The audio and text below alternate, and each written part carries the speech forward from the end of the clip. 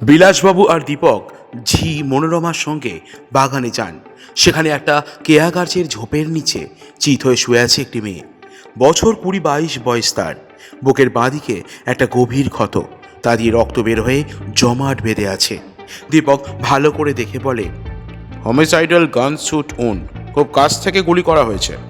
ক্ষতের পাশে চারিংয়ের চিহ্ন দেখা যাচ্ছে। বিলাসবাবু বলেন, ওর গায়ে যে কোটটা দেখা যাচ্ছে ওটাই বোধহয় শ্যামলী দেবীর কোট। দীপক চিন্তিতভাবে বলে, ব্যাপারটা তাই দাঁড়াচ্ছে, কিন্তু গভীর কোন রহস্য যে এর পেছনে লুকিয়ে আছে তা আমি এখনো ঠিক বলতে পারছি না। এই কথা কেন বলছেন দীপক বাবু? সকলে যখন বাজি পোড়ানোতে ব্যস্ত, তখন ইনি খুন হলেন রিভলভার বা পিস্তলের গুলিতে। বাজি পোড়ানোর শব্দে গুলির শব্দ নিশ্চয়ই চাপা পড়েছিল, কিন্তু কেন, কে এই সময়ের মধ্যে খুন করে অ্যালিবাই তৈরি করতে চায়, তাকে খুঁজে বের করাই হচ্ছে প্রথম কাজ।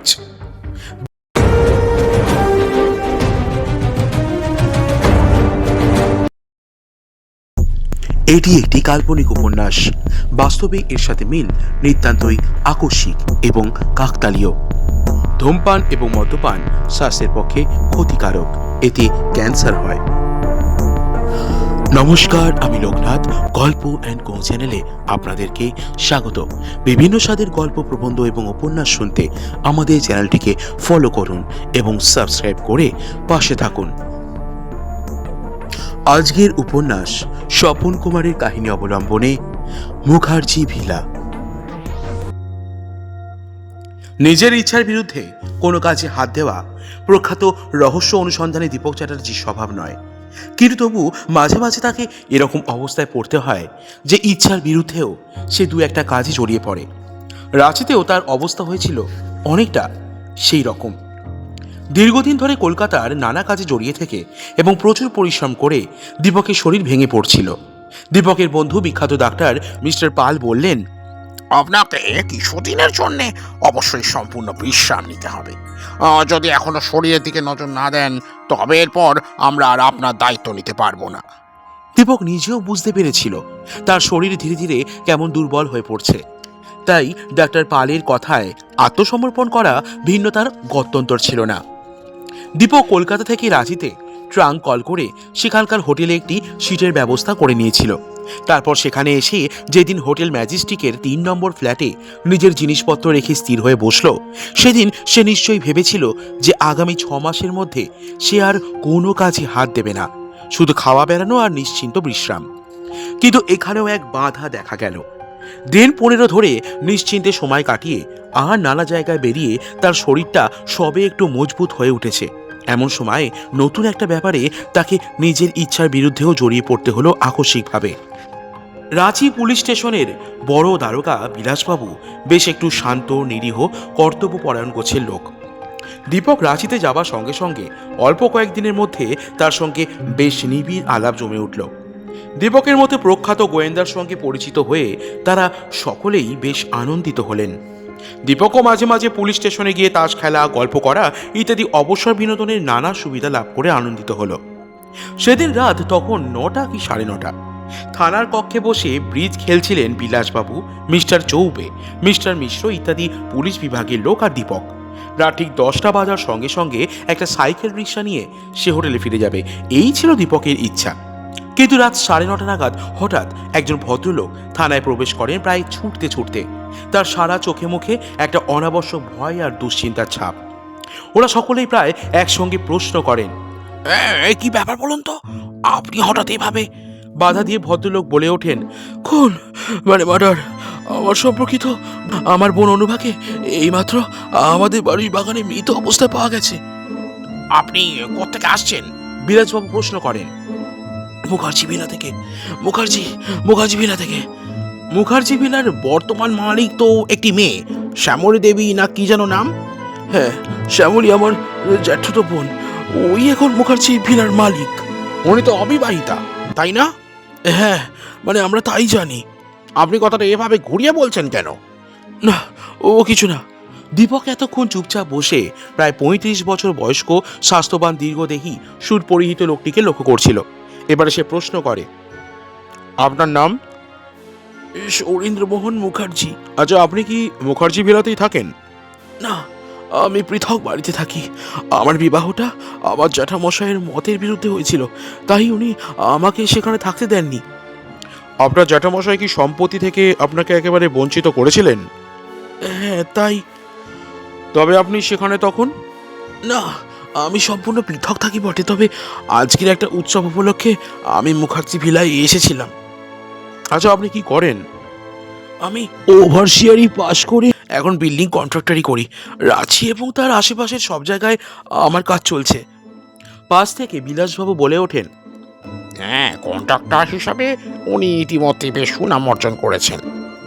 আচ্ছা, খুব ভালো কথা। আচ্ছা, মৃতা অনুভা দেবী শ্যামলী দেবীর আপন বোন? না, মামাতো বোন। হ্যাঁ। ওর মামা বেঁচে আছেন? হ্যাঁ, উনি ঝরিয়া স্টেশন মাস্টার। আজকেই সকালে সে রাঁচি এসেছিল বেড়াতে। শ্যামলী ওকে নিমন্ত্রণ করেছিল আজকে কালী পুজো উপলক্ষে। কালী পুজোয় মুখার্জি ভিলায় প্রচুর ভিড় হয়, অজস্র বাজি পড়ে। আমিও সেই জন্যই সস্ত্রীক সেখানে গিয়েছিলাম, আরও অনেকেই ছিল। ইতিমধ্যে এই কাণ্ড।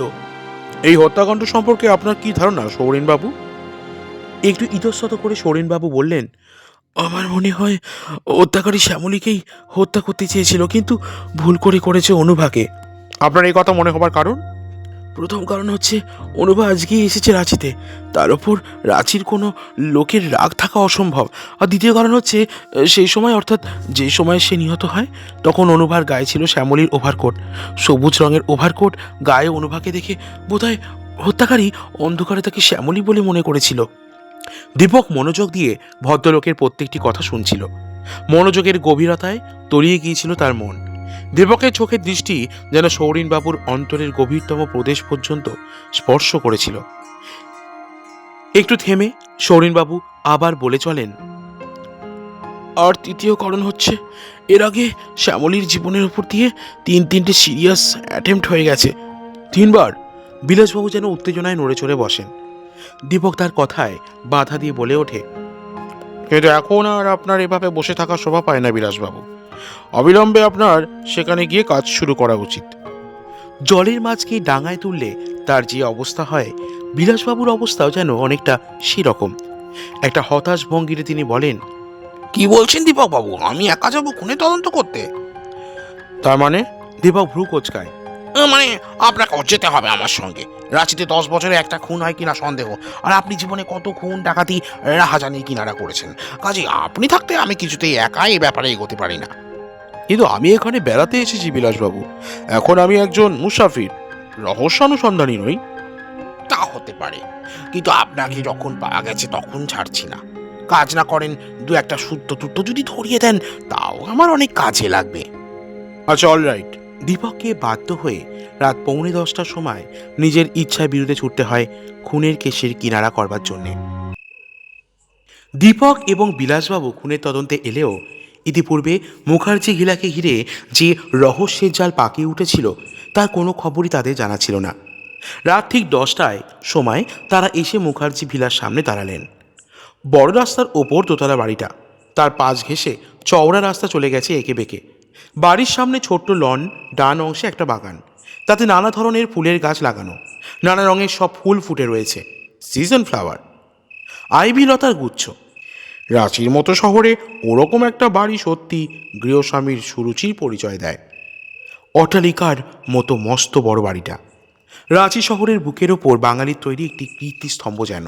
তবে মুখার্জি ভিলার বিরাটত্ব থাকলেও মুখার্জিদের আভিজাত্য যেন আগের চেয়ে অনেকটা কমে গেছে।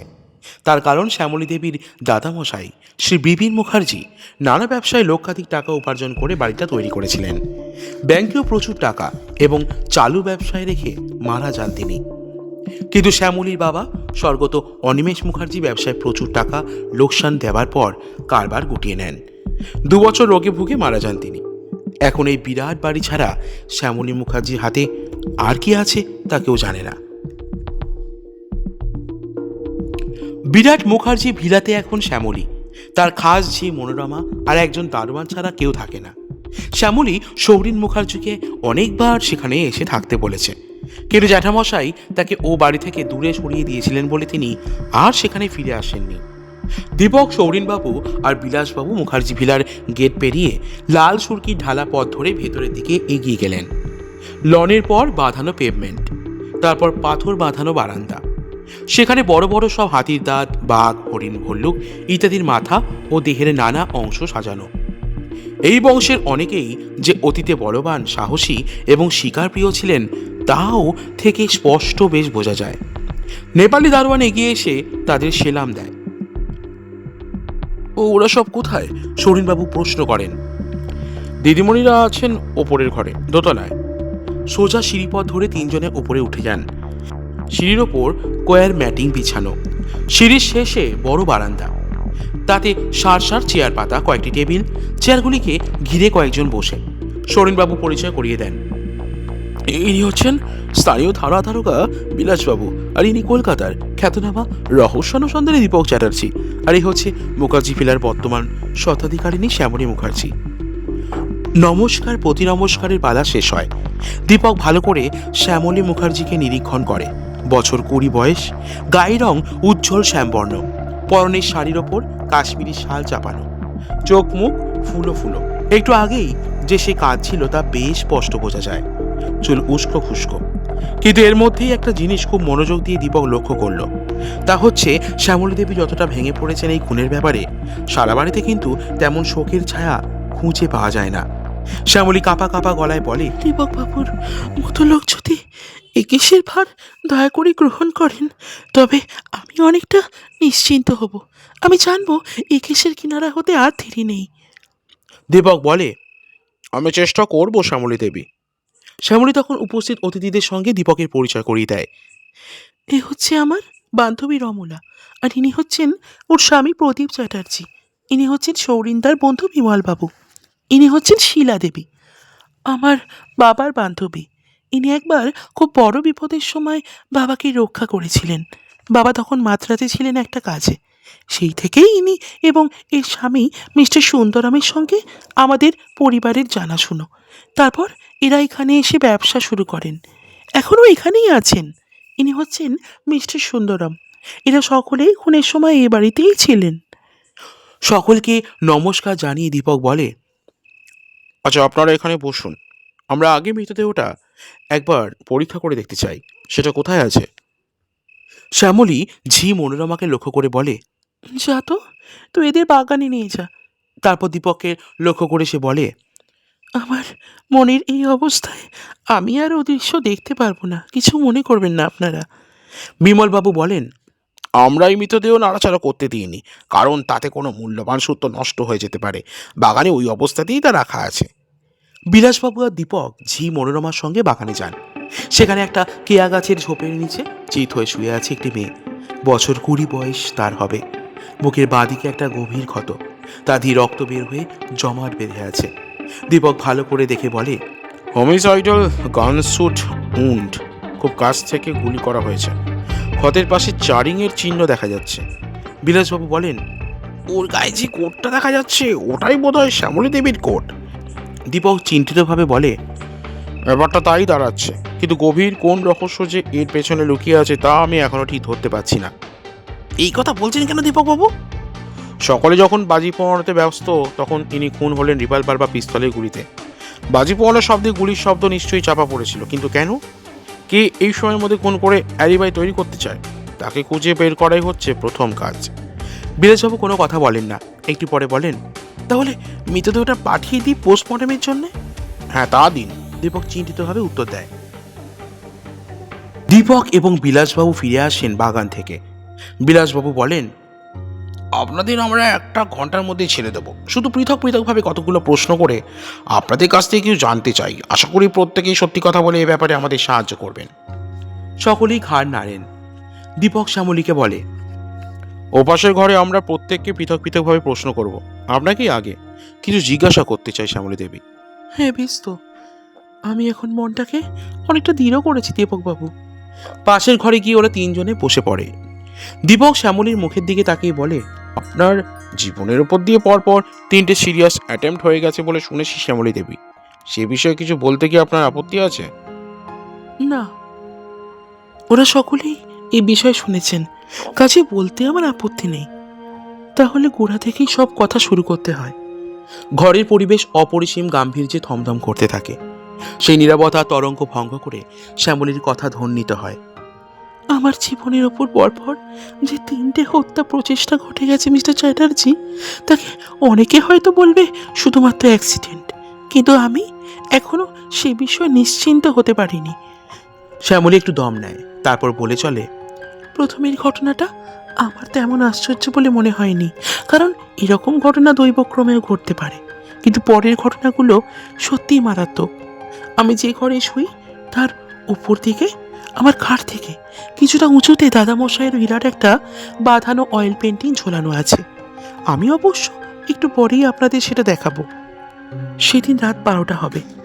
আমি ঘর থেকে বেরিয়ে বাথরুমে গেছি। হঠাৎ একটা শব্দ এলো আমার কানে। ঘরের মধ্যে ছুটে এলাম, দেখি সেই বিরাট বাঁধানো ছবিটা পড়েছে আমার খাটের বিছানার উপর। আমি যদি বাথরুমে না যেতাম তবে নিশ্চয়ই ছবিটা আমার মাথার উপর পড়তো, আর তাতে আমার দশা যে কি হতো তা বুঝতেই পারেন। দীপক এতক্ষণ পরে প্রথম প্রশ্ন করে, আচ্ছা, ছবিটা কি দিয়ে ঝোলানো ছিল? মোটা লোহার তার দিয়ে। দাঁত ছিঁড়ে কি ওটা পড়ে গিয়েছিল নাকি? হ্যাঁ, পরে আমি সেটা পরীক্ষা করে দেখি। যেখানটা ছিঁড়ে ছবিটা পড়েছিল ঠিক তারের সেই মুখটা একটু মরচে ধরেছিল, তাই ওটা ঠিক আকস্মিকভাবে ঘটেছে কিনা সেই বিষয়ে নিশ্চিত কিছু বলতে পারি না। এখন ওটা আবার টাঙিয়েছেন নাকি? হ্যাঁ, তা টাঙিয়েছি, কিন্তু এবার এত মোটা মোটা 3টে লোহার তার দিয়ে ওটা টাঙানো হয়েছে যে অত সহজে আর তা ছিঁড়ে পড়বে না। ছবিখানা অন্য কোনো ঘরে রাখলেন না কেন? আমার বাবা দাদামশাইয়ের মাত্র একটি করেই ছবি আছে এ বাড়িতে। বাবার ছবিটা অবশ্য ছোট, দুটো ছবি আমার বড় প্রিয়, তাই দুটোই শোবার ঘরে টাঙিয়ে রাখি। আচ্ছা, এবার দ্বিতীয় ঘটনাটা বলুন শ্যামলী দেবী। দীপক সূত্র ধরিয়ে দেয়। হ্যাঁ, দ্বিতীয় ঘটনাটা প্রথম ঘটনার চেয়ে একটু বেশি মারাত্মক, কারণ এটাকে কিছুতেই অ্যাক্সিডেন্ট বলে মেনে নেওয়া যায় না। কিছুদিন আগের কথা, আমি বেড়াচ্ছিলাম মুখার্জি ভিলার সংলগ্ন বাগানে। সন্ধ্যা হয় আমি বাড়ির দিকে যাব ভাবছি, এমন সময় একটা জিনিস শো করে আমার পাশ থেকে ছুটে গিয়ে একটা গাছে বিদ্ধ হলো। কি জিনিস সেটা? আমি চিৎকার করে উঠতেই যে মনোরমা দারোয়ান একটা টর্চ হাতে ছুটে এলো। দেখা গেল একটা ছোড়া বিঁধে রয়েছে একটা গাছের গুড়িতে। ছোড়াটা কোথায়? আমি ঘটনাটা পুলিশকে জানাতে চাইনি বলে আপনারা জানতে পারেননি। ছোড়াটা তাই আমার কাছেই আছে। মিস্টার সুন্দরম একজন বৈজ্ঞানিক। মাদ্রাজে বিশ্ববিদ্যালয়ে নাকি ওর যথেষ্ট সুনাম ছিল বৈজ্ঞানিক হিসাবে। আমি ছোড়াটা তাকেই দেখতে দিই। তিনি ছোঁয়াটা পরীক্ষা করে বলেন যে তাতে কোনো আঙুলের ছাপ ছিল না। বোধহয় এতটাই দস্তানা পরে ছোড়াটা ছুঁড়েছিল। মাত্র ইঞ্চি খানেকের জন্য বেঁচে গিয়েছিলাম। ছোড়াটা ছুঁড়ে আততায়ী যখন পালিয়ে যায় তখন তাকে দেখতে পাননি? না, সেটাই আশ্চর্য। কোত্থেকে যে ছোঁয়াটা ছুঁড়েছিল সে রহস্য আমি আজও ভেদ করতে পারিনি। আচ্ছা, মিস্টার সুন্দরম আর তার স্ত্রী শিলাদেবীর সঙ্গে কি সৌরিনবাবুর আলাপ আছে? হ্যাঁ, সামান্য আলাপ। আচ্ছা, সৌরিনবাবু কলকাতা বিশ্ববিদ্যালয়ের ছাত্র ছিলেন না? হ্যাঁ, দীপক হেসে বলে, তাই ওকে আগে কোথায় দেখেছি বলে মনে হচ্ছিল। উনি ছিলেন আমার সহপাঠী। বিশ্ববিদ্যালয়ে উনি রসায়ন শাস্ত্রে এমএসসি পড়েছিলেন না? হ্যাঁ, শ্যামলী বিস্মিতভাবে উত্তর দেয়। যাক, এবার পরবর্তী ঘটনাটা বলুন শ্যামলী দেবী। পরবর্তী ঘটনাটা একটু ভিন্ন ধরনের। পরশু রাতে ঘটেছে মাত্র। কিরকম? সৌরিন্দার একটা ফোর্ড গাড়ি আছে। আমি মাঝে মাঝে কোথাও বেড়াতে গেলে সেই গাড়িখানা ধার নিই। আপনি ড্রাইভিং জানেন নাকি? হ্যাঁ, বাবা নিচে আমায় শিখিয়েছিলেন তিনি বেঁচে থাকতে। সে আজ বহুদিনের কথা হলো। তখন আমাদের নিজেদের মোটর গাড়ি ছিল। সেটা কি বিক্রি করা হয়ে গেছে? হ্যাঁ, কতদিন? বাবার মৃত্যুর পরই। টাকার অভাবেই বিক্রি করতে হয়েছে ওটা।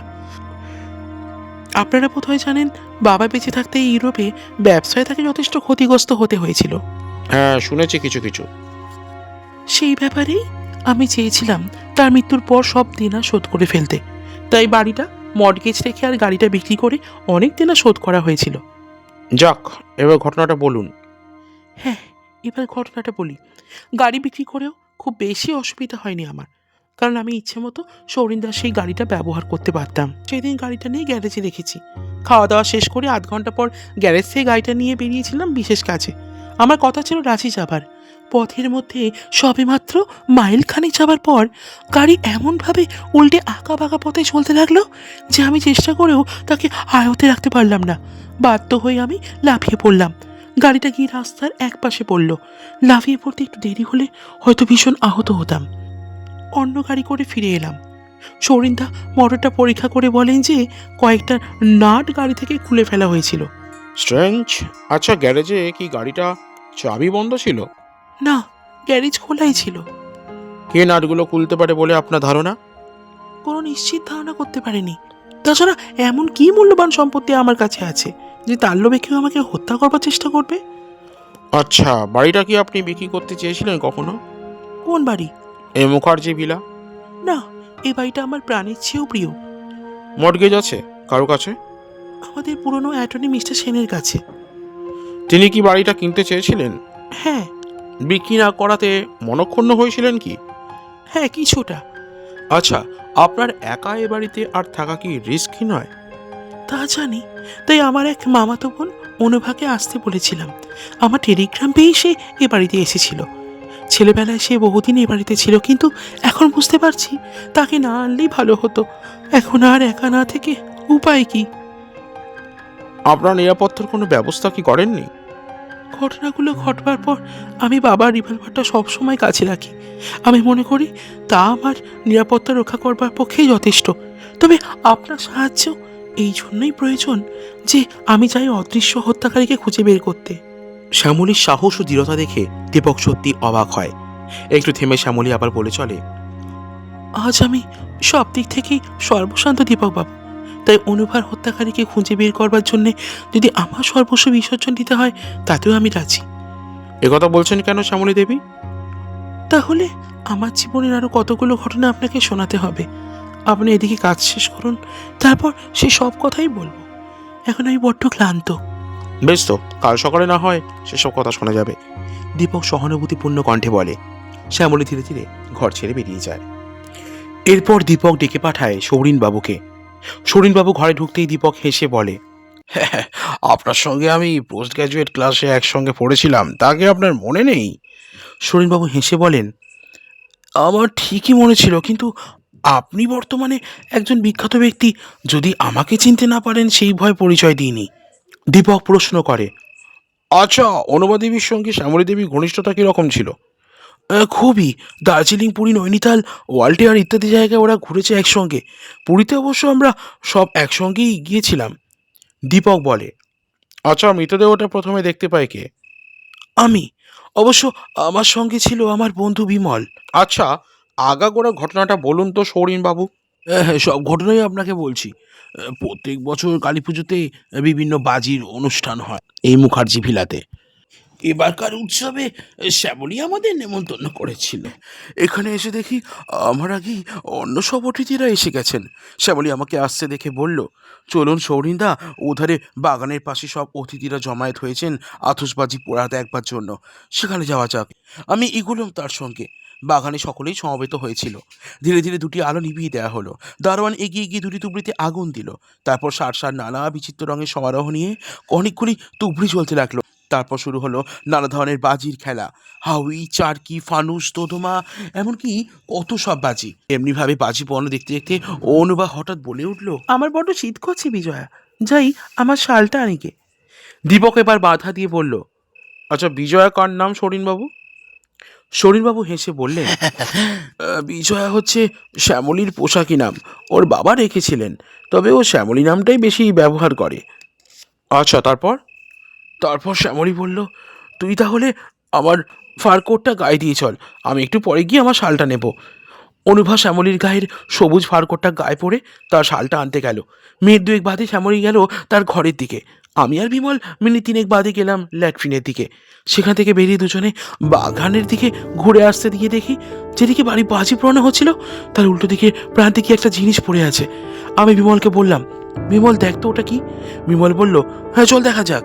দুজনে গিয়ে দেখি অনুভা কুণ্ডলি পাখি পড়ে আছে, তার দেহে প্রাণ নেই, তার গায়ে চড়ানো শ্যামলীর ফার কোট।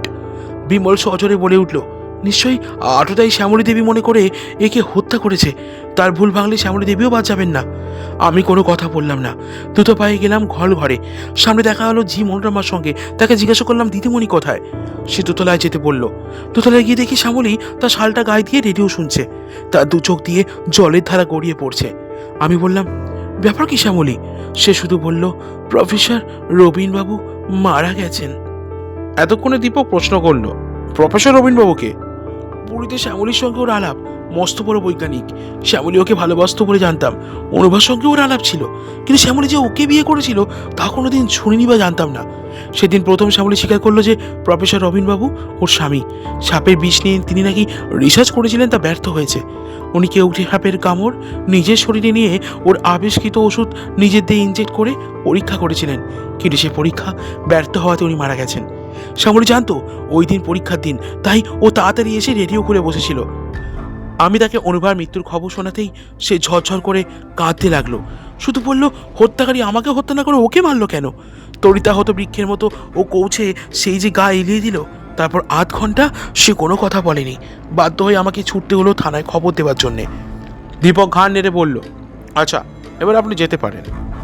এরপর ওরা একে একে সব অতিথিকেই প্রশ্ন করেন, কিন্তু কেউই এমন কোনো সূত্রের সন্ধান দিতে পারেন না যা থেকে এই হত্যাকারীকে চেনা যায়। শ্যামলীর বিয়ের কথা কেউ জানে কি না সে বিষয়ে দীপক প্রশ্ন করে, কিন্তু শ্যামলীর বিয়ের খবর কেউই জানতেন না। ঘটনাটা শুনে সকলে অবাক হন। শ্যামলীর বান্ধবী রমলা চ্যাটার্জি বলে, আমি কিন্তু আগেই ওরকম একটা সন্দেহ করেছিলাম। পুরীতে দুবনেই প্রফেসরের সঙ্গে এত মেলামেশা করতো যে একটা কিছু ঘটবে আন্দাজ করেছিলাম। আচ্ছা, উনি ঘটনাটা এভাবে গোপন রাখতেন কেন? আমার মনে হয় অনুভা জানতো ওর বিয়ের কথা, কিন্তু ওরা দুজনেই ব্যাপারটা গোপন রাখে, কেন তা জানি না। আর অনুভা তো আজ সব প্রশ্নের বাইরে, কোনো কারণ হয়তো ছিল। দীপক আর কোনো কথা না বলে চিন্তিতভাবে বিলাসবাবুর সঙ্গে বেরিয়ে আসে।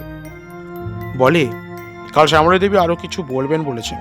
মনে হয় তাতে এই কেসের সমাধানে নিশ্চয়ই কোনো সুবিধা হবে, তবে ঘটনাগুলো সত্যিই খুব জটিল।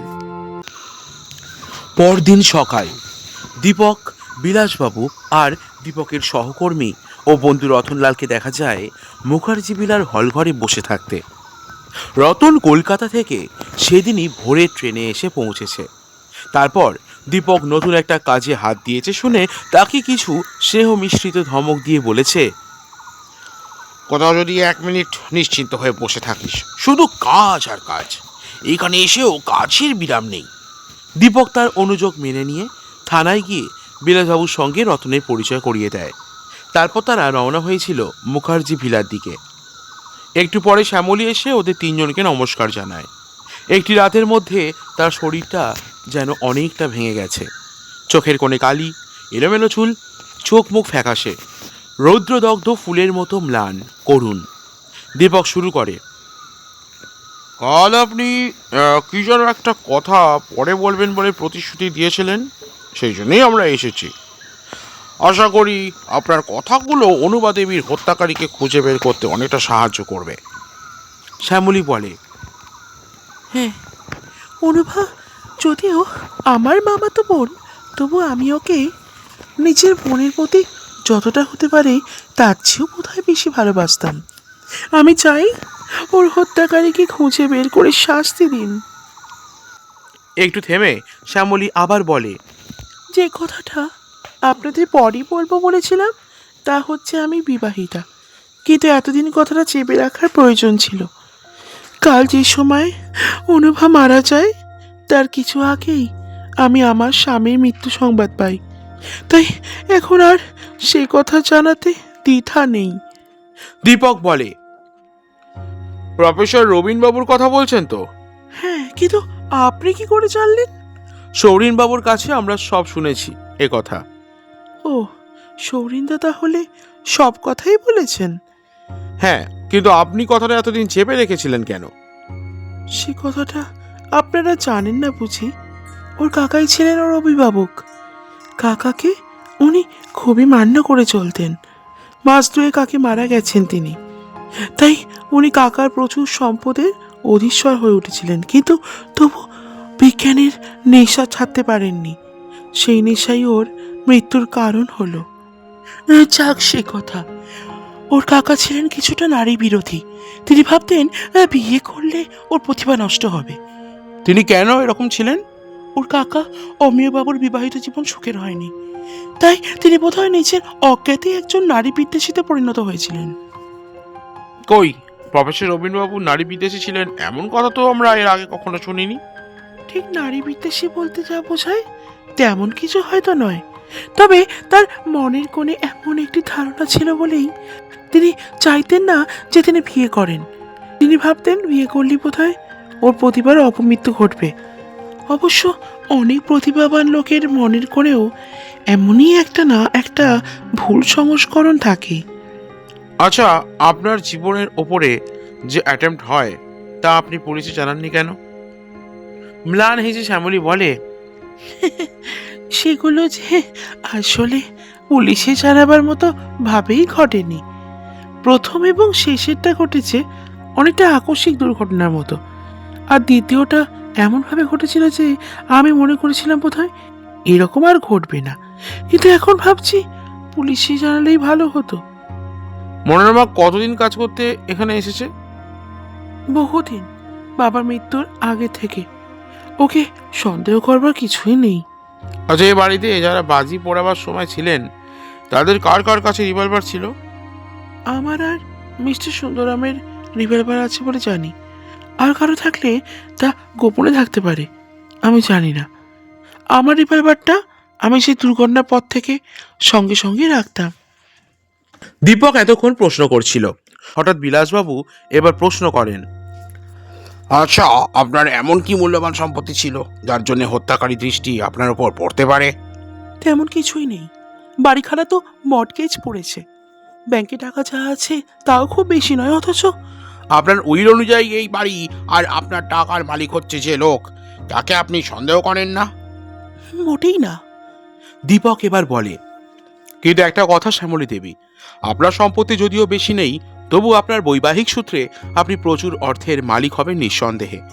আপনার স্বামী তার কাকার সম্পত্তি অর্থাৎ কয়েক লক্ষ টাকা পেয়েছিলেন, যে টাকা ওর মৃত্যুর পরে পাবেন আপনি, অবশ্য উনি যদি অন্য কোনো উইল না করে থাকেন। উইল তিনি করেছিলেন। কি করে জানলেন সে কথা? শেষ রিসার্চের পরীক্ষা করবার আগে বিপদের গুরুত্ব বুঝতে পেরে তিনি আমার নামে সমস্ত সম্পত্তি উইল করেন। সে কথা উনি আমাকে চিঠিতে লিখেই জানান। ওর চিঠি আপনি প্রায় পেতেন? হ্যাঁ, মাঝে মাঝে। মৃত্যুর আগে শেষ আপনি ওর চিঠি পেয়েছেন কবে? প্রায় 3-4-5 আগে। এই রিসার্চে যে ওর জীবন বিপন্ন হবে তা কি উনি জানতেন? হ্যাঁ, এই বাড়ির কোথাও কোনো গুপ্তকক্ষ আছে কি? তাতে আমার কাজে অনেক সুবিধা হবে। শুনেছিলাম এই বাড়িরই কোথাকার একটা গুপ্ত জায়গায় বাবা তার দরকারি দলিলপত্র লুকিয়ে রাখতেন, তবে তিনি হঠাৎ মারা যান বলে সেই খবর আমি জানতে পারিনি। আচ্ছা, আর একটা কথা, আপনার জীবনের ওপর আরও আক্রমণ হতে পারে বলে আমার ধারণা, তাই এই এত বড় বাড়িতে না থেকে আপনি যদি কোনো বান্ধবীর বাড়ি বা নার্সিং হোমে থাকেন তবে ভালো হয়, আর তাতে আপনার স্বাস্থ্যের উন্নতি হবে। এখানে থাকলে আপনার স্বাস্থ্য ভেঙে পড়বে। হ্যাঁ, এখানকার নার্সিংহোমের লেডি ডাক্তার মিস মীরার সঙ্গে আমার বেশ আলাপ আছে। ওখানে 2-4 দিন থাকতে আমার আপত্তি নেই। বেশ তো, বিলাসবাবু এবং আমি তাহলে আপনাকে সেখানে পৌঁছে দিচ্ছি। আমরা সকলেই সশস্ত্র, আপনি প্রয়োজনীয় জিনিসপত্রাদি সঙ্গে নিতে পারেন। ওখানকার পরিবেশও বেশ ভালো। আপনাদের সাহায্যের জন্য ধন্যবাদ। শ্যামলী ধীরে ধীরে উঠে দাঁড়ায়। দীপক নীরবে ঘটনাচক্রের বিষয়ে গভীরভাবে চিন্তা করতে থাকে। পরদিন সকাল, হঠাৎ ডাকাডাকিতে ঘুম ভেঙে গেল দীপকের। দীপক উঠে দেখে রতন ডেকে তার ঘুম ভাঙাচ্ছে। কি ব্যাপার রে? দীপক প্রশ্ন করে। ব্যাপার বড় সাংঘাতিক। কাল সকালে তো পাহারা দিয়ে শ্যামলী দেবীকে নার্সিংহোমে রেখে আসা হয়েছিল। এইমাত্র নার্সিংহোম থেকে ডক্টর মিস মীরা টেলিফোন করেছিলেন, শ্যামলী দেবীকে বিষ খাওয়ানো হয়েছে। সে কি কথা? হ্যাঁ, হোটেলের ম্যানেজার আমাকে ডাকলো, আমি কি টেলিফোন ধরলাম, তুই ঘুমোচ্ছিলি বলে তোকে ডাকিনি। কিন্তু শ্যামলী দেবীর প্রত্যেকটি জিনিসপত্র বাইরে থেকে তালা বন্ধ ছিল। কিন্তু কি করে পয়জনিং হলো তা তো জানা যায়নি। চল আমরা গিয়ে জানতে পারবো। নার্সিংহোমে ডাক্তার কি মতামত প্রকাশ করলেন? তিনি কোনো মতামত এখনো প্রকাশ করেননি, এখনো তিনি চিকিৎসাধীন। তাহলে আমাদের এক্ষুনি যাওয়া উচিত। কি ব্যাপারটা ঘটলো না জানলে আর এক ধাপ এগুলো চলে না। আর এইভাবে যদি ওর মৃত্যু ঘটে তাহলে আমাদের সমস্ত পরিশ্রমী ব্যর্থতায় পর্যবসিত হবে। তাড়াতাড়ি ব্রেকফাস্ট শেষ করে দীপক পোশাক পরিবর্তন করে, তারপর ব্যস্ততার সঙ্গে নিচে নেমে একটা রিক্সায় চেপে রওনা হয় নার্সিংহোমের উদ্দেশ্যে। নার্সিংহোমে কোনো বন্ধুবান্ধব বা আত্মীয় স্বজনের সঙ্গে শ্যামলীর দেখা করবার হুকুম ছিল না। তার নির্দিষ্ট ঘরের দিকে নার্সিংহোমে ডাক্তার মিস মীরার সঙ্গে দীপকের দেখা হলো। কীরকম মনে হচ্ছে? দীপক প্রশ্ন করে। কেস তেমন সিরিয়াস নয়, বিস্কুটের সঙ্গে কিছু কোকেন খেয়ে উনি হঠাৎ অসুস্থ হয়ে পড়েন। কোকেন? হ্যাঁ, আপনার পাঠানো বিস্কুটের বাক্স থেকে মাত্র 2টি বিস্কুট উনি খেয়েছিলেন। পরে জানলাম এই বাক্সের সবকটি বিস্কুটেই কোকেন মেশানো ছিল। আশ্চর্য, আমি কোনো বিস্কুট তো পাঠাইনি। কিন্তু তাতে আপনার নাম লেখা ছিল। চলুন দেখি গে। সকলে শ্যামলী ঘরে প্রবেশ করে। শ্যামলী তখন নিঃসারের মতো গভীর ঘুমে আচ্ছন্ন। দীপক বিস্কুটের বাক্সটা পরীক্ষা করে। তাতে বড় বড় অক্ষরে লেখা, with best wishes from Deepak Chatterjee. আচ্ছা, ওটা কখন এসেছে মীরা দেবী? আজ পরে কে দিয়ে গেছিল ওটা? একজন উর্দি পরা লোক একটা গাড়ি করে এসেছিল। মনে হলো গাড়িটা মিস্টার সুন্দরমের। আশ্চর্য তো, মিস্টার সুন্দরম কেন হঠাৎ এভাবে কোকেন মেশানো বিস্কুটটা শ্যামলীকে খেতে দেবেন? তা তো আমরাও বুঝতে পারিনি। আচ্ছা চলে মীরা দেবী, মিস্টার সুন্দরমকে আমি এই বিষয়ে প্রশ্ন করব। দীপক নার্সিংহোম ছেড়ে বেরিয়ে পড়ে। একটা গভীর চক্রান্তের জাল যে সবকিছু ঘটনাকেই বেষ্টন করে রয়েছে, এটা দীপক বেশ ভালোভাবেই বুঝতে পারে। তাই মনে মনে সে বেশ চিন্তিত হয়। এতটুকু ত্রুটি বিচ্ছুতি বা অমনোযোগ ঘটলে যে কোনো মুহূর্তে যে কোনো দুর্ঘটনা ঘটে যেতে পারে। তাই প্রত্যেকটি লোকের ওপরই তীক্ষ্ণ দৃষ্টি রাখা তার কর্তব্য।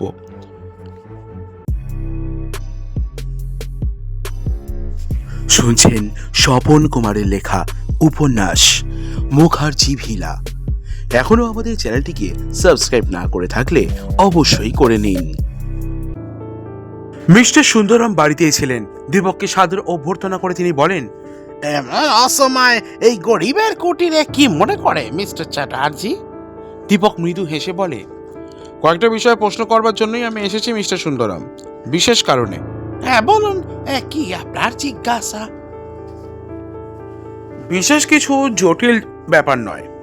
আজ শ্যামলী দেবী কোকেন মেশানো বিস্কুট খেয়ে নার্সিংহোমে অজ্ঞান হয়ে পড়েছেন। কোকেন মেশানো বিস্কুট আপনিই তাকে দিয়েছিলেন বলে জানা গেল।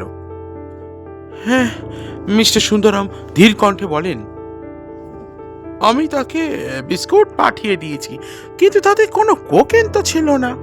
কিন্তু বিস্কুটের প্যাকেটের ওপর লেখা ছিল যে আমি নাকি তাকে বিস্কুট খেতে দিয়েছি। না, ব্যাপারটা তাহলে গোড়া থেকেই বলতে হয়। আজ সকালে আমার স্ত্রী শিলা একটা ফোন পেল। শ্যামলী নার্সিংহোম থেকে তাকে ফোন করেছিল। তার নাকি লিলি বিস্কুট খেতে খুব ইচ্ছে হচ্ছিল। শিলা বলল কোনো খাবার ভেতরে ঢুকতে দেয়া হচ্ছে না। তার উত্তরে সে জানায় বিস্কুটের প্যাকেটের ওপর আপনার নাম লিখে দিতে। আচ্ছা, গলার স্বরটা কি শ্যামলী দেবীর মতো? সেটা তাহলে ওকে জিজ্ঞাসা করতে হয়। শিলাদেবীকে ব্যাপারটা জিজ্ঞেস করা হলো। তিনি বললেন, ঠিক শ্যামলীর মতো শটটা মনে না হলেও খানিকটা তার মতো মনে হয়েছিল। তিনি মনে করেছিলেন যে শ্যামলী অসুস্থ থাকায় তার গলার স্বর খানিকটা পাল্টে গেছে। দীপক মৃদু হান নেড়ে বলে, তাহলে তো অন্য কেউ শ্যামলী দেবীর নাম করে ফোন করতে পারে। তাও আশ্চর্য নয়। মিস্টার সুন্দরম ব্যাপারটা শুনে যেন অতিমাত্রায় বিস্মিত হয়ে ওঠেন। তাহলে এসবের মূলে কোনো নারীও জড়িত রয়েছে নিশ্চয়ই, প্রশ্ন করেন তিনি। হ্যাঁ, হয়তো তাই।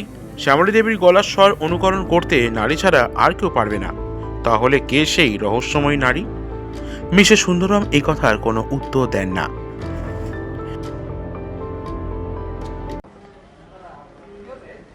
বিকেলের দিকে দীপক আবার নার্সিং হোমে গিয়ে শ্যামলীর সঙ্গে দেখা করে। শ্যামলী আগের চেয়ে অনেকটা সুস্থ হয়েছিল, কিন্তু দীপক নার্সিংহোমে সকলকে ব্যাপারটা চেপে রাখতে অনুরোধ করলো। সে বলল বাইরের লোক যেন জানতে পারে শ্যামলী দেবী ক্রমশ খারাপের দিকে চলেছেন, তার মৃত্যু আসন্ন। হ্যাঁ হ্যাঁ, নিশ্চয়ই, তদন্তের জন্য যদি সুবিধা হয় তবে তাই জানানো হবে। শ্যামলীর সঙ্গে দীপকের দেখা হলো। শ্যামলী আগাগোড়া ঘটনাগুলো শুনে অবাক হয়ে বলল, আমার মৃত্যুতে কে লাভবান হবে তা আমি সত্যিই বুঝতে পারছি না। দীপক বলল, আপনি যেন নার্ভাস হয়ে পড়বেন না। না না, মৃত্যুকে আমি ভয় করি না। বারবার জীবন বিপন্ন হয়ে আজ আমার মৃত্যু ভয় চলে গেছে। শ্যামলীর সঙ্গে আরো 2-4টি কথা হয় দীপকের। তারপর দীপক প্রশ্ন করে, আপনার উইলটা কোথায় রেখেছেন তা কি আপনার সত্যি মনে নেই শ্যামলী দেবী? সেটা বোধহয় সরিন্দার কাছে আছে। অবশ্য এই বিষয়ে আমি স্থির নিশ্চয় নই। আপনি স্থির নিশ্চয় নন কেন? কারণ আমি সেবার উইল করেছিলাম কোনো একজন বন্ধুর কথার অনুযায়ী। তিনি উইলটা তার কাছে রেখে দিলেন যে সেটা তিনি পরে সৌরিন্দার কাছে পাঠাবেন। পরে তিনি সেটা পাঠিয়েছেন কিনা তা ঠিক বলতে পারবো না। সেই বন্ধুটিকে মিস্টার সুন্দরম। মিস্টার সুন্দরম কি আপনার অবস্থার বিষয়ে অবগত আছেন? মানে আপনার টাকা পয়সা সম্পত্তি কি আছে না আছে সেই বিষয়ে কি তিনি খবর রাখেন? মোটামুটি দু একটা কথা শুনেছেন, তবে ওর ধারণা আমি বেশ ধনী। আমার সত্যিকারের অবস্থা সম্বন্ধে উনি অবহিত নন। আচ্ছা মিস্টার সুন্দরম সে উইল ফৌরিন বাবুর কাছে পাঠিয়েছিলেন কিনা সে বিষয়ে আপনি সঠিক জানেন? আমি সৌরিনদাকে পরে এই বিষয়ে জিজ্ঞাসা করিনি। উইল করার 15-20 পরেই আমি মাস দুয়েকের জন্য বাইরে চলে গিয়েছিলাম। তার ঠিক কদিন পরে আমি বিবাহিতা হলাম। কাজেই ব্যাপারটা এরপর থেকেই আমার মন থেকে মুছে গিয়েছিল। এমনকি উইলের ব্যাপারে আপনি প্রশ্ন করার আগে পর্যন্ত আমি এ নিয়ে আর কিছুই চিন্তা করিনি। আচ্ছা আপনার স্বামী রবীনবাবু কি আপনার উইলের কথা জানতেন? না, তিনি এ নিয়ে আমাকে কোনো প্রশ্নই করেননি। আচ্ছা একটা কথা, আপনার বাড়ি মুখার্জি ভিলা আমি একবার বেশ ভালো করে ঘুরে ফিরে অনুসন্ধান করতে চাই। আপনি আমার কাছে একটা চিঠি লিখে দেন।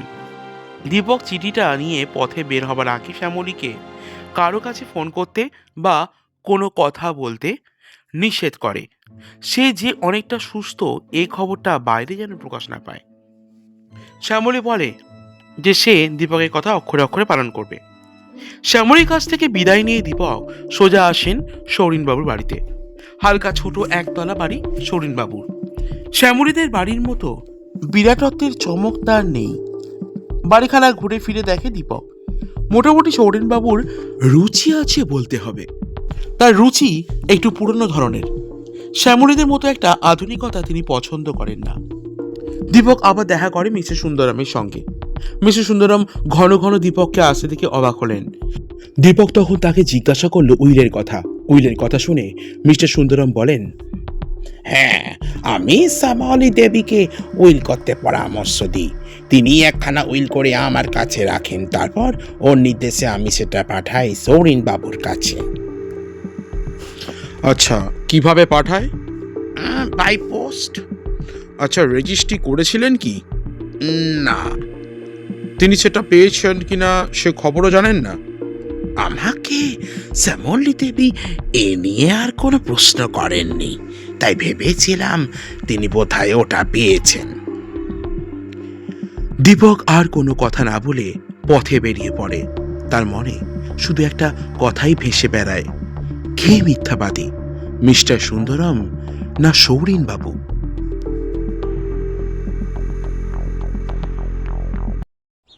সেদিন বেলা 1টা নাগাদ খাওয়া দাওয়া শেষ করে দীপক গেল মুখার্জি ভিলাতে। দীপকের কাছে শ্যামলীর লেখা চিঠি ছিল, কিন্তু তার কোনো প্রয়োজন ছিল না। মনোরমা দীপককে দেখেই খুশি মনে তাকে ভেতরে নিয়ে গেল। দীপক শ্যামলীর চিঠি মনোরমার হাতে দিয়ে বলল, আমাকে বাড়ির প্রত্যেকটা ঘর তন্ন তন্ন করে অনুসন্ধান করে দেখতে হবে। আমি চাই যে পিস্তল দিয়ে অনুপা দেবীকে হত্যা করা হয়েছে সেটা খুঁজে বের করতে। মনোরমা বলল, আপনারা এই সেই যে সেদিন দুর্ঘটনার পর চলে গেলেন, তারপর থেকে আজ পর্যন্ত এই বাড়িতে কেউই বিশেষ আসেনি। মুখার্জি ভিলায় যে ধরনের ঘটনা পরপর ঘটে গেল তাতে আর কোনো লোকের না আসায় আশ্চর্য হবার কি আছে? দীপক মুখার্জি ভিলার প্রত্যেকটি ঘর তন্ন তন্ন করে খুঁজে দেখল। অবশেষে সে এলো শ্যামলীর শয়ন কক্ষে। ড্রেসিং টেবিলের ড্রয়ারে সে পেল এক গাদা চিঠি। শ্যামলীর নামে চিঠিগুলো এসেছে, প্রত্যেকখানা রবীন্দ্রবাবুর লেখা। দীপক বুঝল শ্যামলী এইগুলোর ব্যাপারে খুব বেশি সাবধানতা অবলম্বন করেনি, তাই হয়তো ওর দু একখানা রমলা দেবী দেখতে পেয়েছিলেন। রবীনবাবুর বিয়ের খবর সম্বন্ধে শ্যামলী কিছু বলবার আগেই তাই রমলা দেবী এ ব্যাপারে মন্তব্য প্রকাশ করেছিলেন। দীপক একে একে চিঠিগুলো খুলে পড়তে শুরু করলো। প্রথম চিঠিখানা পড়েই সে বুঝতে পারল শ্যামলী দেবীর কথা অনেকটা সত্যি। তাতে লেখা ছিল, প্রিয় শ্যামলী, বহুদিন পরে তোমার কাছ থেকে চিঠি পেলাম একখানা। আমি জানি দুজনেই এই লেখার জন্যে কি পরিমাণ কষ্ট সহ্য করছি, কিন্তু আর বেশি দিন নয়। আমি কাকার সম্পত্তির মুখাপেক্ষা নই, আমি চাই নিজের পায়ে দাঁড়াতে। আমি যে ওষুধটা নিয়ে রিসার্চ করছি তার সফলতার উপর নির্ভর করছে আমার ভবিষ্যৎ। এতে সফল হলে লক্ষ লক্ষ টাকা উপার্জন করতে আমার কষ্ট হবে না। তখন আমি ইচ্ছামতো অর্থের অধীশ্বর হয়ে তোমার সঙ্গে বিয়ের কথা সাধারণের কাছে প্রকাশ করা। তবে প্রকাশ না হলেই বা কি যায় আসে, আমাদের হৃদয়ের ভালোবাসা চিরন্তন, শাশ্বত। এতে তো আর কোনো সন্দেহের অবকাশ নেই। আশা করি তুমি ভালো আছো। আমার আন্তরিক ভালোবাসা নিয়ে ইতি, তোমার রবিন। আর একটা চিঠি।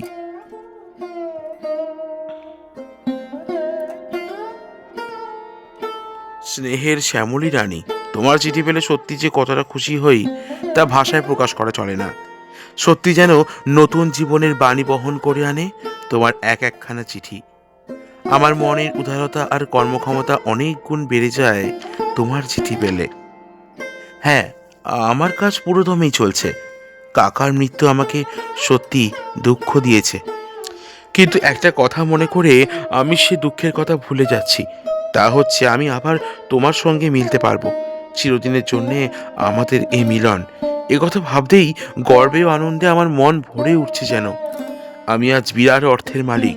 না, টাকার কোনো ভাবনা আমার নেই। তবু কেন জানি না এই অর্থের বোঝা সহ্য করতে ইচ্ছে হচ্ছে না। যে কাকা কোনোদিন তোমার সঙ্গে মিলনের কথা কল্পনায় স্থান দেননি, তার টাকা নিতে কেমন যেন বাধো বাধো মনে হচ্ছে। তবু সে টাকা আমার রিসার্চে সাহায্য করবে এই ভেবেই আমি আনন্দিত। তবে একটা কথা ভেবে আমার সত্যি খুব গর্ব হয়। কথাটা হচ্ছে যে তুমি সত্যিই আমার যোগ্য সহধর্মিণী। কোনোদিন রিসার্চের কাজে তুমি আমাকে এতটুকু বাধা দাওনি। কাকার ধারণা যে কত ভুল তা তুমি বেশ ভালো করেই প্রমাণ করেছো। তুমি লিখেছো রিসার্চে আর আবার কি প্রয়োজন, প্রচুর অর্থ তো আমি পেয়েছি। কিন্তু তোমার কথা ভুল। রিসার্চই আমার নেশা, আমার সব কিছু আনন্দের উৎস রিসার্চকে ঘিরেই। তাই তোমার কথা আমি মেনে নিতে পারছি না। আশা করি আমার মনের কথা বুঝতে পেরে তুমি খুশিই হবে। তোমার শুভেচ্ছাই বাড়িয়ে তুলবে আমার কর্মক্ষমতাকে। ভালোবাসা নিও, ইতি, তোমারই রবিন। আর দু একখানা চিঠি উল্টে পাল্টে দেখে যে চিঠিখানায় এসে দীপকের দৃষ্টি আবদ্ধ হলো তা হচ্ছে, প্রিয় শ্যামলী, তোমার চিঠি পেয়ে বুঝলাম সত্যি তুমি আমাকে ভালোবাসো। তা না হলে আমার জীবন বিপন্ন জেনেও তুমি আমার রিসার্চের কাজ চালিয়ে যেতে বলতে না। যাতে আমি আনন্দ পাই তাতে তোমার কোনো অমত নেই। হ্যাঁ, রিসার্চের উপযুক্ত ফল আমি পেয়েছি, আমি সফলতা অর্জন করেছি। কিন্তু তাতে সত্যি কতটা সফলতা এসেছে তা দেখবার জন্যে আমাকে নিজের শরীরে বিষ গ্রহণ করতে হবে। আমার নিজের তৈরি ওষুধে সে বিষের ক্রিয়া নষ্ট হবে। অনেকে হয়তো বলবে এতে আমার জীবন বিপন্ন হতে পারে, কিন্তু এতে ভয়ের কিছু নেই। নিজের শরীরের ওপর এক্সপেরিমেন্ট না করলে অন্য কেউ হয়তো ও পরীক্ষায় রাজি হবে না। তুমি জেনো আমি নিশ্চয়ই সফল হব। তবু যদি কিছু ঘটে এই আশঙ্কায় আমি সবকিছু তোমার নামে উইল করে দিয়ে গেলাম। আমি আশা রাখি তুমি এতে সুখী হবে। আমার ভালোবাসা নিও, ইতি, তোমারই রবিন।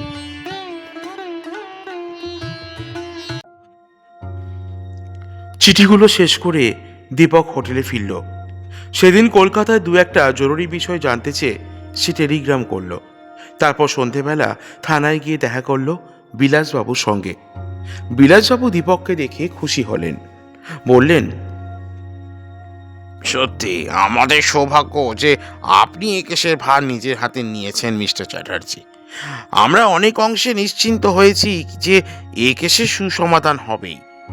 দীপক হাসি মুখে বলল, আপনি ঠিকই ধরেছেন বিলাসবাবু, অতি সত্বর আমি এই কেসের ওপর জবনিকা টেনে দিতে পারবো। বিলাসবাবু বললেন, এবার আপনি কোন পথে ধরে চললেন? পথ অতি সহজ। নার্সিংহোমে কোকেন খাওয়ার কারণে শ্যামলী দেবীর মৃত্যু হয়েছে, এই কথা রটিয়ে দিতে হবে আপনাকে। সে এমন কিছু কঠিন কাজ নয়, কিন্তু তাতে এমন কি বিশেষ সুবিধা হবে? সুবিধা তাতে হবে না, সুবিধা হবে অন্য পথ ধরে। সেদিন সন্ধ্যায় যারা যারা শ্যামলী দেবীর বাড়িতে কালী পুজোয় নিমন্ত্রিত হয়েছিলেন, আপনি তাদের সকলকে আগামীকাল সন্ধ্যায় মুখার্জি ভিলায় আসতে নিমন্ত্রণ করে আসবেন। সে কাজটা তো এমন কিছু কঠিন নয়। হ্যাঁ, তারপর সকলের সামনে কাল মুখার্জি ভিলায় আমি প্রমাণ করব কে আসল হত্যাকারী। অনুবা দেবীর হত্যাকারীকেও সেখানেই আপনি গ্রেপ্তার করবেন। একটা কথা মিস্টার চ্যাটার্জি। হ্যাঁ বলুন। অনুবাদেবীর হত্যাকারী যে কে সে বিষয়ে আপনি কি এর মধ্যে একটা নিশ্চিত কনক্লুশনে পৌঁছে গেছেন? হ্যাঁ, হত্যাকারী যে কে তা আমি প্রায় স্থির করেই ফেলেছি, তবে সব প্রমাণপত্র এখনো হাতে আসেনি। তাছাড়া আরও একজন বড় ক্রিমিনাল আছে এই কাজের মধ্যে, আমি তার মুখোশও খুলে দিতে চাই। হ্যাঁ, বড় ক্রিমিনাল? হ্যাঁ, পরে সব কথাই পরিষ্কার হয়ে যাবে। কিন্তু কে সে? আপনি কি জানেন না যে সে লোকটি কে? না, অবশ্য একেবারে জানি না বললে ভুল হবে। সম্পূর্ণ জানি না আমি, তবে যেটুকু জানি সেই মৃত্যুটার একটা নাটকের অভিনয় করব সেখানে। তাতেই সমস্ত রকমের জটিলতা মিটে যাবে। আসল অপরাধী সেখানেই ধরা পড়বে। আপনার কথা মতো চলতে চেষ্টা করব। আমি আর রতনও কাল সন্ধ্যায় সেখানে যাব। আশা করি সেখানে আপনি দুজন কনস্টেবল নিয়ে উপস্থিত থাকবেন। আপনার উপদেশের জন্য ধন্যবাদ। দেখি এই কেসের সমাধান যদি কালকেই ঘটে যায় তবে আপাতত স্বস্তির নিঃশ্বাস ফেলতে পারবো। দীপক এই কথার কোনো উত্তর দেয় না। পরদিন সকাল, দীপকের কথা মতো বিলাসবাবু সকলকে সেদিন সন্ধ্যায় মুখার্জি ভিলেতে নিমন্ত্রণ করেন। শ্যামলীর মৃত্যুর খবর সকলকে জানানো হয়। তার মৃত্যুর ব্যাপারে লিপ্ত যে লোক তাকে খুঁজে বের করবার জন্যই এই ব্যবস্থা। বিলাসবাবু সকলকে বললেন যে আসল হত্যাকারী কে সেদিন সন্ধ্যায় দীপকবাবু তা প্রকাশ করবেন। উৎসাহ তাই কারো কম নয়। বিকেলের দিকে সৌরিন মুখার্জি এলেন দীপকের সঙ্গে তার হোটেলের ঠিকানায় দেখা করতে। দীপক বলল, আপনি হঠাৎ কি মনে করে মিস্টার মুখার্জি? সৌরিনবাবু মৃদু হেসে বললেন, আমি আজই শ্যামলীর উইলটা পেয়েছি। অবশ্য এর ভেতর কি আছে তা আমি দেখিনি। কোথায় সেটা? এই খামের মধ্যে আছে। খামটা বেশ মোটা এবং ডাকযোগে আজ আমার কাছে এসেছে। আশ্চর্য ব্যাপার, এতদিন পরে এটা এলো, অথচ অনেক আগেই আপনার এটা পাওয়া উচিত ছিল। তা আমি কি করে বলবো মিস্টার চ্যাটার্জি? তবে আমার কথা বিশ্বাস করতে পারেন, শ্যামলীর কোনো কিছুর ওপর আমি আমার অধিকার স্থাপন করব এই ইচ্ছার মিথ্যা আশ্রয় আমি নিইনি। এইটা তাহলে শ্যামলী দেবীর শেষ উইল? হ্যাঁ, এটাই তার লাস্ট ডিড অফ গিফট। তাহলে এর মধ্যে যার নাম আছে সেই শ্যামলী দেবীর স্বামীর লক্ষাধিক টাকার সম্পত্তির অধিকারী হবে? আইনত তাই তারাই বটে। দীপক হেসে বলল, তাহলে এটা আমার কাছেই থাক। আজ রাতে সমস্ত অতিথিদের সামনে আমি এটা খুলবো, কিংবা আপনিও এটা রাখতে পারেন। আপনাকে আমি বিশ্বাস করি মিস্টার চ্যাটার্জি, আপনার কাছে এটা রাখতে আমার কোনো আপত্তি নেই। দীপকের কথা মতো সৌরিন মুখার্জি উইল এবং খামটা দীপকের কাছে রেখে যান। খাম খুলে তার ভেতর কার নাম আছে তা দেখা হয় না। সৌরিনবাবু খুশি মনে বেরিয়ে যান। দীপক এরপর দেখা করে সৌরিনবাবুর বন্ধু বিমল বাবুর সঙ্গে। বিমলবাবু সব শুনে বলেন, সৌরিনকে আমি চিরদিনে খুব বিশ্বাস করি, তাই সে যে উইলের মধ্যে কোনো গোলযোগ ঘটাবে এটা আমি বিশ্বাস করি না। শ্যামলী দেবী মারা যাওয়ার পর যে সে এভাবে জাল উইল দেখিয়ে সবকিছু আত্মসাৎ করবার চেষ্টা করবে তাও বিশ্বাস করতে পারি না আমি। দীপক হেসে বলে, আপনার সঙ্গে আমি একমত, কিন্তু মিস্টার সুন্দরম ডাকযোগে উইল পাঠাবার পর এত দীর্ঘ সময় পরে তা এলো সৌরিনবাবুর কাছে। এই অনাবশ্যক দেরি অর্থটা কি সেটা খুঁজে বের করতে না পারলে এই ঘটনা অনেকাংশে অসম্পূর্ণ থেকে যাবে। বিমলবাবু হেসে বললেন, আজই তো আপনি এই ঘটনার উপর জবনিকা টানবেন? হ্যাঁ, মোটামুটি একটা সলভ হয়ে গেছে। এখন শুধু কলকাতা থেকে একটা টেলিগ্রামের উত্তর এলেই সঠিক কনক্লুশনে পৌঁছে যাব আমি। যত শীঘ্র হয় সেই ব্যবস্থাই করুন। বিমলবাবু দীপককে শুভেচ্ছা জানান।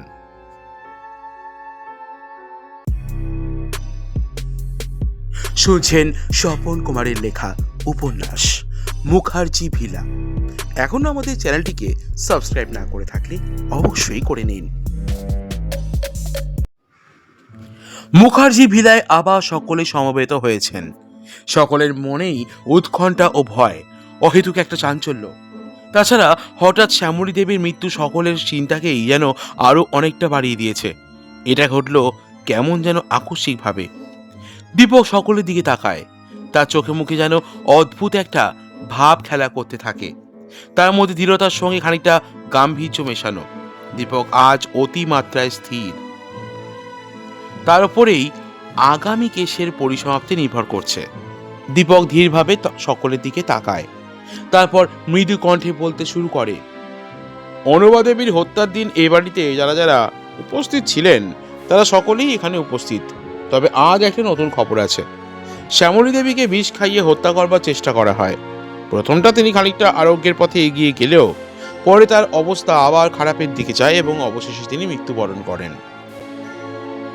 কে তার মৃত্যুর জন্য দায়ী? কে তাকে এভাবে বিষ খাইয়েছিল?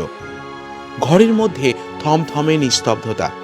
সেই নিস্তব্ধতার সমুদ্র মন্থন করে দীপকের গলা যেন সকলের হৃদয় গিয়ে আঘাত করতে থাকে। দীপক আবার বলে চলে, আপনারা যারা যেখানে সমবেত হয়েছেন তাদের মধ্যেই কেউ একজন এই হত্যাকাণ্ডের জন্য দায়ী। কে যে সেই আসল হত্যাকাণ্ডের জন্য দায়ী তা বলবার আগে অন্য কয়েকটা কথা শুরু করছি। শ্যামলী দেবী মৃত্যুর কিছুদিন আগে একটা উইল করে যান। সেই উইল তিনি তার আত্মীয় সৌরিনবাবুর কাছে পাঠাতে মিস্টার সুন্দরমকে নাকি অনুরোধ করেন। মিস্টার সুন্দরম সেটা কিছুদিন আগে সৌরিনবাবুর কাছে পাঠিয়ে দিয়েছিলেন। সেটা মাত্র আজ সকালে সৌরিনবাবু পেয়েছেন। ডাক বিভাগে এত দেরি সাধারণ নিয়মে কখনো হতে পারে না, তবে এক্ষেত্রে কেন তা ঘটল সেটা চিন্তার বিষয়। শ্যামলী দেবীর বান্ধবী রমলা দেবীর স্বামী প্রদীপ চ্যাটার্জির দিকে চেয়ে দীপক বলে, কেন এমনটা ঘটলো আপনি আন্দাজ করতে পারেন কি মিস্টার চ্যাটার্জি? মিস্টার চ্যাটার্জি ভ্রু কুঁচকে বলেন, হয়তো ওটা ফেলতে দেরি হয়েছিল কিছুটা। তা হতে পারে, তবে মিস্টার সুন্দরম তা স্বীকার করবেন না কেন? এতে ওর কি স্বার্থ? মিস্টার সুন্দরম এই কথার উত্তরে কোনো কথা বলেন না। দীপক তীব্র কণ্ঠে বলে, এবার তাহলে দেখা উচিত এই উইলে কি লেখা আছে। দীপক দৃঢ় কণ্ঠে বলে, উইল হচ্ছে একজন ব্যক্তির দ্বারা কৃত শেষ দানপত্র, যার কার্য শুরু হয় দাতার মৃত্যুর পর থেকে। কাজেই যে উইল করেছে তার মৃত্যুর আগে সে উইলের কোনো মূল্য নেই। এই উইলে যা লেখা আছে তার মর্মার্থ হচ্ছে মৃত্যুর পর শ্যামলী দেবীর যাবতীয় সম্পত্তির মালিক হবেন শিলা দেবী। তাহলে আমাদের পরবর্তী বিচার্য পয়েন্ট হচ্ছে যে শিলা দেবী প্রত্যক্ষভাবে শ্যামলী দেবীর মৃত্যুতে কিছু লাভবান হচ্ছে, কিন্তু তার সঙ্গে অনুপা দেবীর মৃত্যুর কোনো যোগাযোগ খুঁজে পাওয়া যাচ্ছে না। তাই শিলা দেবীকে অনুপা দেবীর হত্যার ব্যাপারে সন্দেহ করা অমূলক। তাছাড়া আজ পর্যন্ত আমরা এমন কোনো পয়েন্ট পাইনি যাতে বোঝা যায় অনুপা দেবীর মৃত্যুতে কে লাভবান হবেন, তাই নয় কি? কিন্তু এখন প্রত্যক্ষ সত্য হলো শ্যামলী দেবীর মৃত্যুতে শিলা দেবীর প্রচুর লাভ। ঘরের মধ্যে অপরিসীম নিস্তব্ধতা। দীপককে বাধা দিয়ে দু একজন বলে ওঠেন, এটা হতে পারে না, এ অসম্ভব। শ্রীমতী শিলা দেবীকে কেন শ্যামলী দেবী তার এই বিপুল সম্পত্তি উইল করে দেবেন? তাছাড়া শ্যামলী দেবীর সম্পত্তিও বর্তমানে সামান্য নয়। স্বামী মৃত্যুর পরও সম্পত্তির দাম লক্ষাধিক টাকা। শ্রীমতী শিলা দেবীর মুখে মৃদু হাসির রেখা ফুটে ওঠে। তিনি বলেন, এটা মোটেই অসম্ভব কিছু নয়। একসময় শ্যামলী দেবীর বাবাকে আমি মৃত্যুর হাত থেকে বাঁচিয়েছিলাম, তাই উনি আমাকে যথেষ্ট ভালোবাসতেন এবং আমার প্রতি একটা আন্তরিক টান ছিল। দীপক মুখ তুলে সকলের দিকে তাকে প্রশ্ন করে, আপনারা কি শ্যামলী দেবীর এই উইলকে বিশ্বাস করতে চান না? কেউ কিছু বলবার আগেই রমলা দেবী, সৌরিনবাবু এবং বিমলবাবু একসঙ্গে বলে ওঠেন, না না না, কখনোই না। তাহলেও এটা অবিশ্বাস করবার কোনো উপায় নেই, কারণ শ্যামলী দেবী মৃত। তবে একটা উপায় হতে পারে যদি আপনারা তা বিশ্বাস করেন। এই কি উপায়? প্রদীপ চ্যাটার্জি সস্পষ্ট দৃষ্টিতে দীপকের দিকে তাকান। সে উপায় হচ্ছে প্ল্যানচেট। প্ল্যানচেট দ্বারা যে কোনো প্রেতাত্মাকে টেনে আনা যায়, তা আপনারা জানেন নিশ্চয়ই। মিস্টার সুন্দরম বলেন, জানা এবং বিশ্বাস করা এক জিনিস নয়। পৃথিবীর অনেক কিছুই আমরা জানি কিন্তু বিশ্বাস করি না। ভূত আর ভগবান আছেন তা সকলেই জানে, কিন্তু বিশ্বাস করে কজন? দীপক সকলের দিকে তাকিয়ে প্রশ্ন করে, আপনাদেরও কি সে একই অভিমত? না না না, সকলেই একসঙ্গে প্রতিবাদ জানান। যদি আপনি সত্যি প্ল্যানচেটের সাহায্যে কোনো সুবিধা করতে পারেন এই কেসে, তবে আমরা আপত্তি করব না।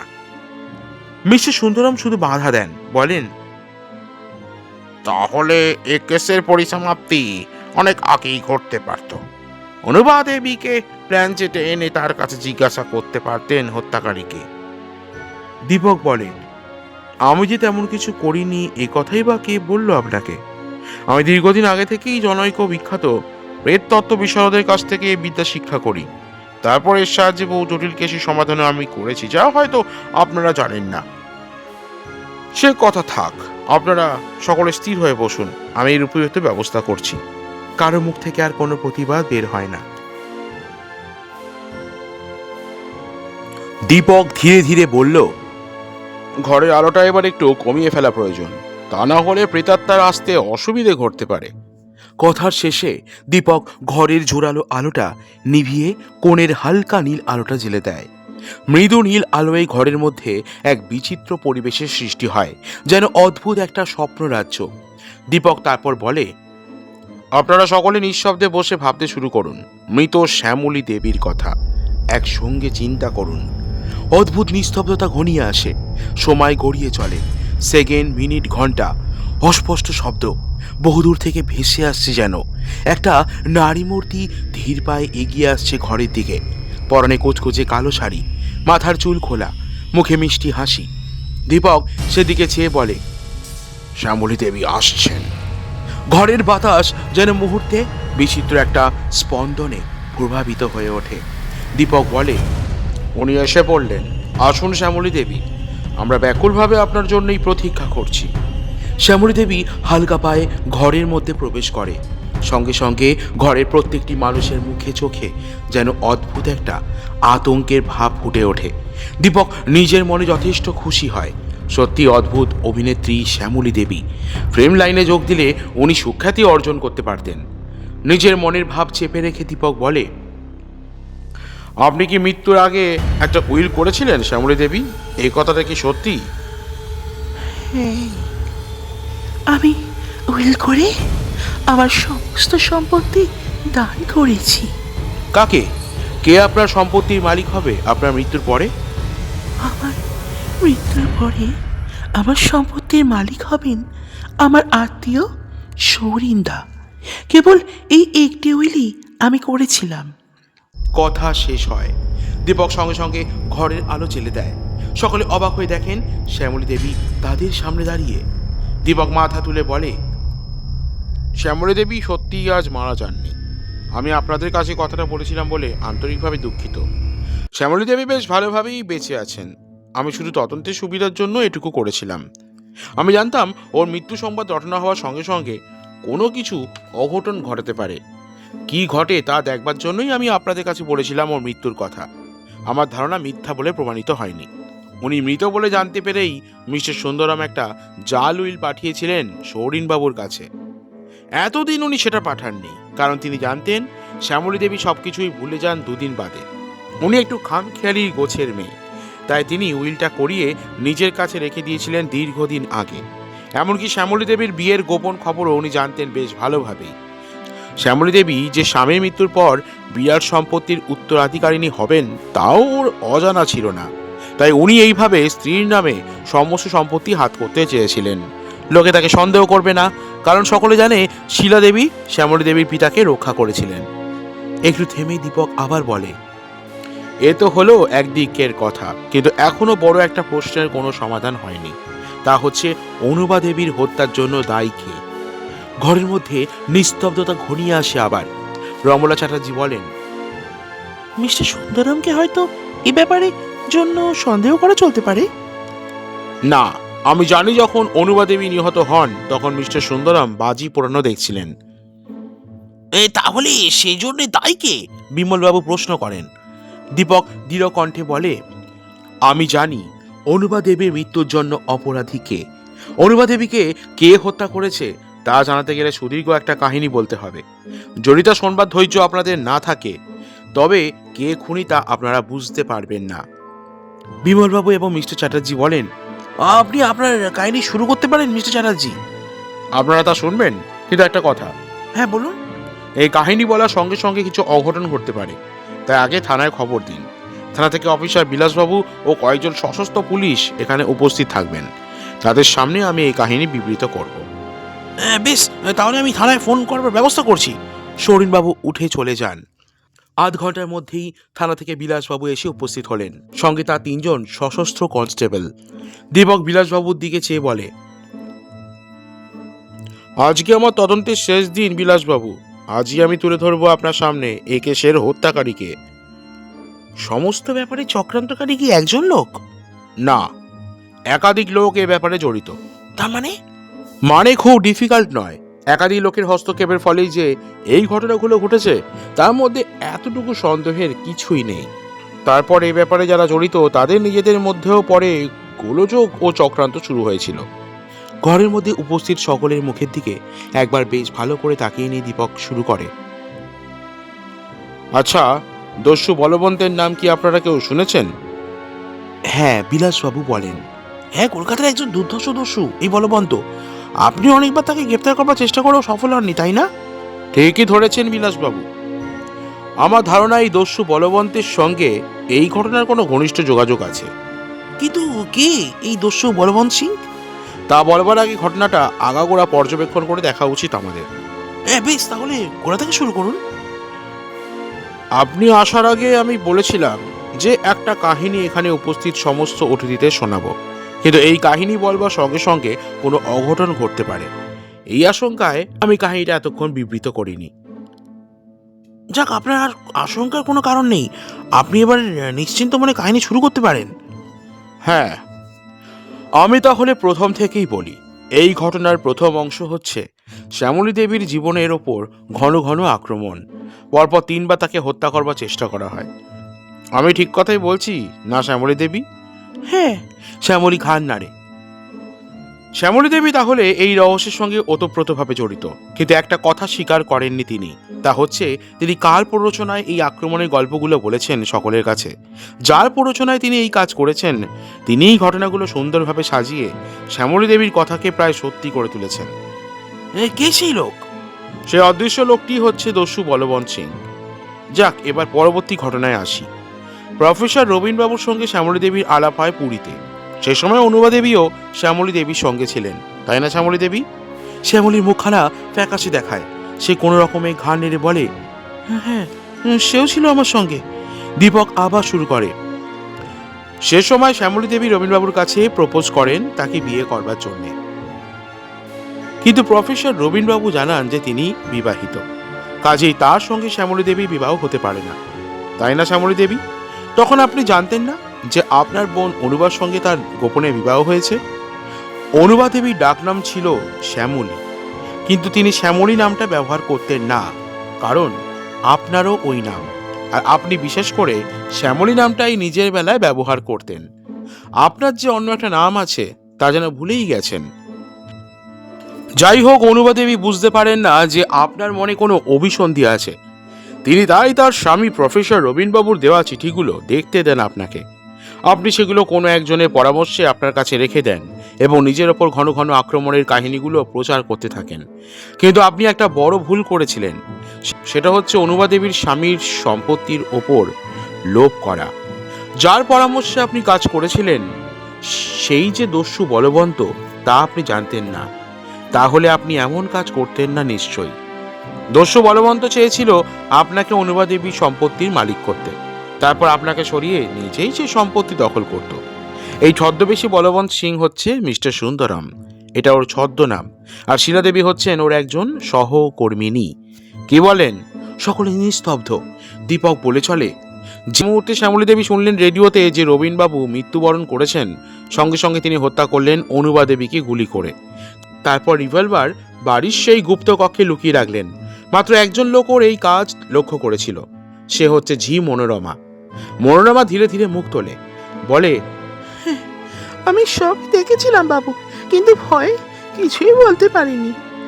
তা আমিও জানতাম। তাছাড়া শ্যামলী দেবীর কাছে তুমি এতদিন কাজ করেছো, তাই তার নামে এত বড় কথাটা বলতে তোমার মনে আঘাত লাগছিল।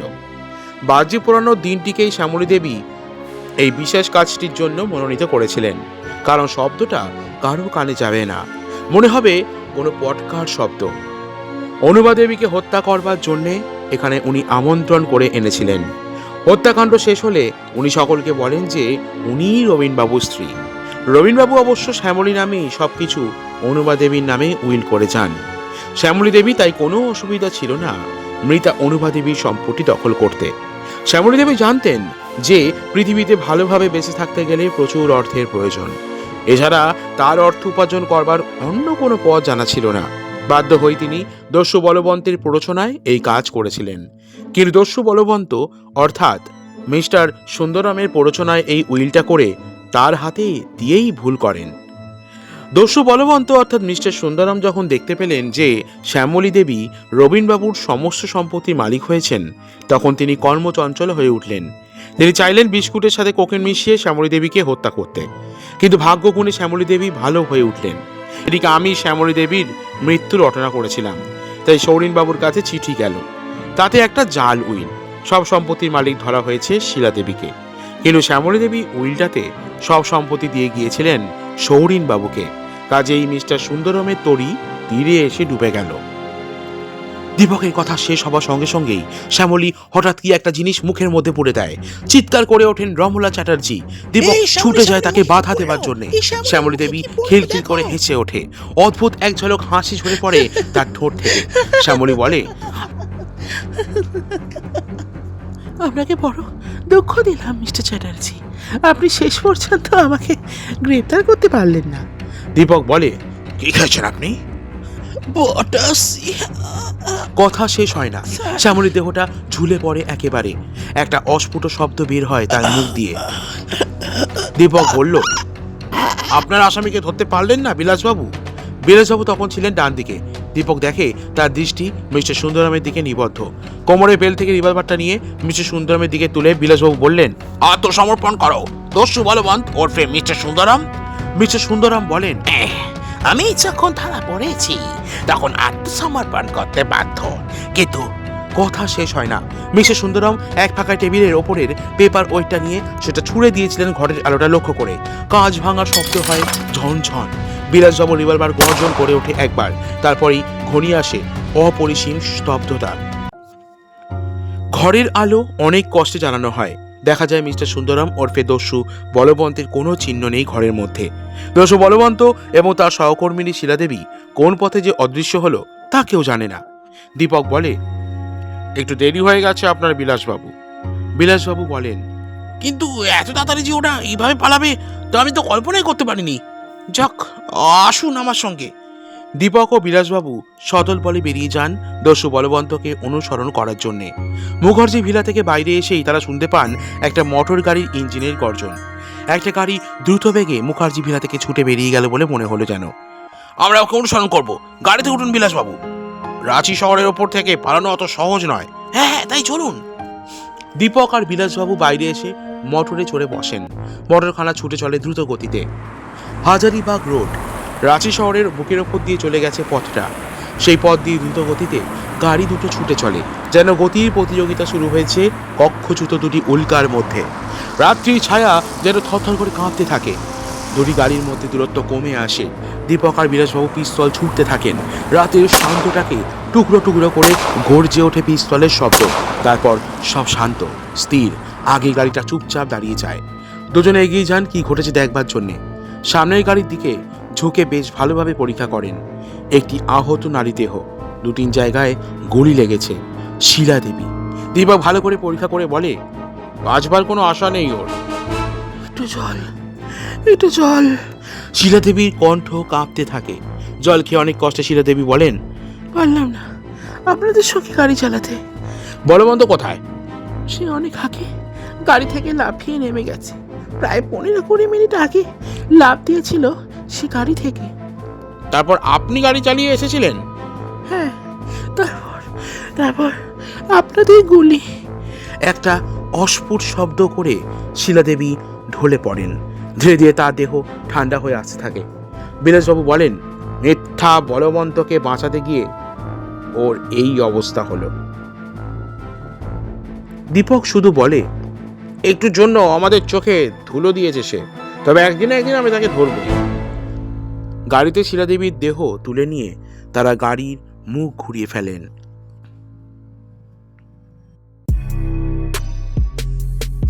শুনছিলেন স্বপন কুমারের লেখা উপন্যাস মুখার্জি ভিলা। সমগ্র পাঠ এবং বিভিন্ন চরিত্রে ছিলাম আমি লোকনাথ। বিভিন্ন সাথের গল্প, প্রবন্ধ এবং উপন্যাস শুনতে আমাদের চ্যানেলটিকে ফলো করুন এবং সাবস্ক্রাইব করে পাশে থাকুন। দেখা হচ্ছে আপনাদের সাথে আরো নতুন গল্প নিয়ে। ভালো থাকবেন আপনারা সবাই।